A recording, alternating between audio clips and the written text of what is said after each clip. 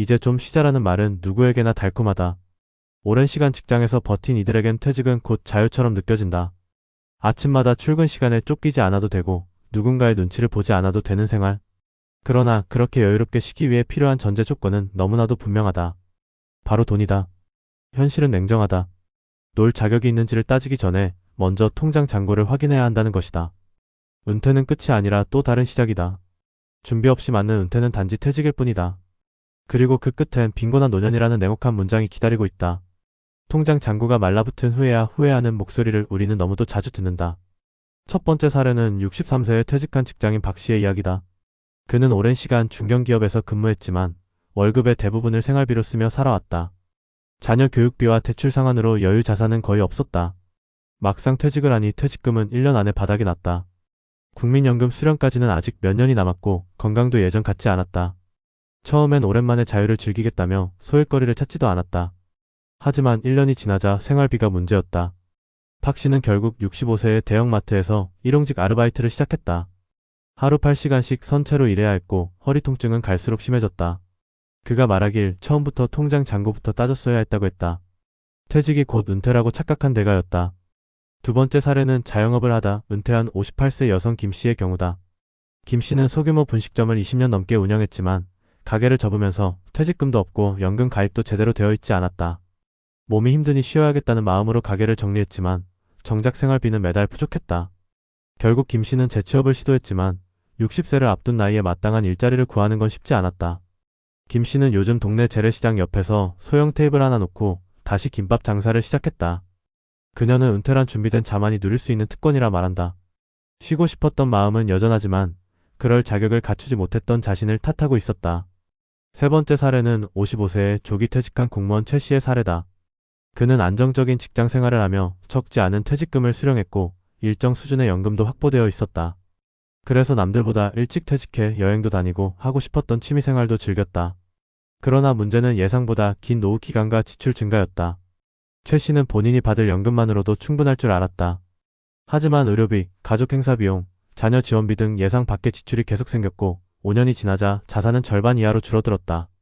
결국 그는 다시 파트타임 행정 보조 일을 하며 소득을 채우고 있다. 그는 말한다. 은퇴 후에도 현금 흐름이 계속 있어야 진짜 여유로운 은퇴라고. 놀고 싶으면 그럴 재정 상태가 되는지를 먼저 따져봐야 한다고 말이다. 이처럼 은퇴는 단순한 퇴직이 아니다. 노동을 멈춘다는 것은 곧 소득이 끊긴다는 의미다. 그리고 그 소득의 공백을 채워줄 수 있는 준비가 되어 있지 않다면 쉬고 싶다는 바람은 현실에서 무너진다. 퇴직금이 있다고 해도 그 돈이 몇 년이나 버틸 수 있을지 냉정하게 계산해 보아야 한다. 국민연금 수령까지의 공백기간, 건강상태, 예상치 못한 지출까지 모두 고려해야 진짜 은퇴라 부를 수 있다. 놀고 싶다는 말은 결국 재정적 여유라는 기반 위에서만 가능하다. 세 사람 모두 공통적으로 후회한 지점이 있다. 바로 은퇴 전 통장 잔고를 진지하게 따져보지 않았다는 점이다. 수십 년간 일한 뒤라 당연히 좀 쉬어도 되겠지라는 생각이 들 수 있다. 하지만 은퇴는 의무가 아니라 선택이며 그 선택은 준비된 자만이 누릴 수 있는 혜택이다. 당신의 통장 잔고는 지금 얼마인가? 매달 나가는 고정 지출은 어느 정도인가? 은퇴 후 최소 20년 이상 살아야 할 당신의 미래를 감당할 수 있을 만큼의 자산이 있는가? 이 질문에 명확히 예라고 대답할 수 없다면 놀 자격은 아직 없다. 쉬는 건 권리가 아니다. 준비한 사람만이 누릴 수 있는 특권이다. 은퇴란 단지 회사를 떠나는 일이 아니라 경제적 독립의 지속을 설계하는 일이다. 당장의 피로와 고단함에 이끌려 이젠 좀 놀아야지라고 생각할 수 있다. 그러나 진짜 중요한 건 지금 그럴 수 있는 여건이 되어 있는가다. 은퇴라는 단어에 속지 말자. 통장 잔고가 말해주는 현실을 먼저 들여다봐야 한다.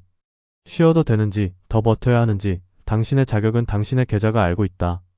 은퇴라는 단어를 들으면 대부분 사람들은 쉴 수 있다. 마침내 내 시간이다 라는 감정을 먼저 떠올린다. 그런데 그 기대 뒤에 숨은 현실은 꽤 무겁다. 퇴직과 은퇴는 절대 같은 개념이 아니다. 직장을 그만두는 건 한순간이지만 그 이후의 삶은 최소 20년 이상 지속된다. 이 기간 동안 생계와 건강, 관계, 삶의 의미까지 모두 스스로 책임져야 한다. 가장 먼저 부딪히는 건 역시 돈이다. 통장 잔고는 당신의 은퇴 자격증이다. 지금 가진 자산과 앞으로 들어올 소득이 그리 넉넉하지 않다면 노는 삶이 아니라 버티는 삶을 준비해야 한다. 우리가 흔히 착각하는 것 중 하나는 퇴직금만으로도 한동안은 살 수 있을 거라는 막연한 믿음이다. 그런데 실제로 퇴직금을 온전히 보존하는 사람은 드물다. 퇴직과 동시에 그간 미뤄뒀던 대출을 갚고 자녀 결혼이나 학자금에 손을 대고 나면 잔고는 순식간에 줄어든다. 국민연금은 만 63세부터 본격적으로 받게 되는데 조기 수령을 하더라도 그 액수는 충분하지 않다. 그렇다고 연기 수령을 선택하면 몇 년의 공백이 생긴다. 이 공백을 무엇으로 채울 수 있을지를 계산하지 않으면 고스란히 생존에 문제가 된다. 그리고 바로 이 지점에서 많은 이들이 처음으로 후회한다. 조금만 더 준비하고 조금만 더 일했어야 했다고. 또 하나 간과하기 쉬운 부분은 노후 생활비의 구조다. 대부분의 사람들은 지금보다 소비를 줄일 수 있다고 생각한다. 그런데 은퇴 후에는 오히려 지출이 늘어나는 경우가 많다. 건강검진을 정기적으로 받아야 하고 병원비나 약값이 꾸준히 들어간다. 여유롭게 살기 위해 여행이나 취미활동을 계획하지만 그것도 비용이다. 가족 모임이나 경조사 참석도 무시할 수 없다. 무엇보다 예상치 못한 지출이 계속 생긴다. 칩수리, 자녀 지원, 본인의 질병이나 사고. 그런 변수들이 한두 번 반복되면 생각보다 빠르게 자산이 줄어든다. 결국 은퇴 후 삶에서 중요한 건 고정적인 현금 흐름이다. 월급처럼 들어오는 수입이 있어야만 그 어떤 위기에도 흔들리지 않고 일상을 유지할 수 있다. 그래서 은퇴를 앞두고 있다면 반드시 점검해야 할 것이 있다.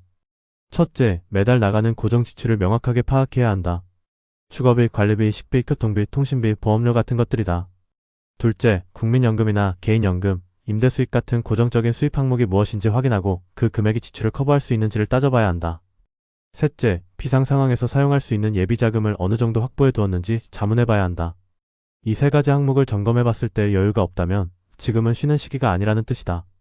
오히려 조금이라도 소득을 만들기 위해 일하거나 새로운 수익 구조를 만들어야 한다는 경고일 수 있다. 중요한 건 늦지 않았다는 사실이다. 많은 사람들이 내 나이에 뭘 새로 해라며 체념한다. 하지만 지금 당장 월 30만 원만이라도 추가 수익을 만들 수 있다면 그건 엄청난 변화다. 그 돈이 모여 의료비를 덜 걱정하게 하고 연금을 늦게 수령할 여유를 주고 삶의 선택지를 넓혀준다. 단기 일자리, 온라인 부업, 자산 재배치, 퇴직금 운용 등 다양한 방법이 존재한다.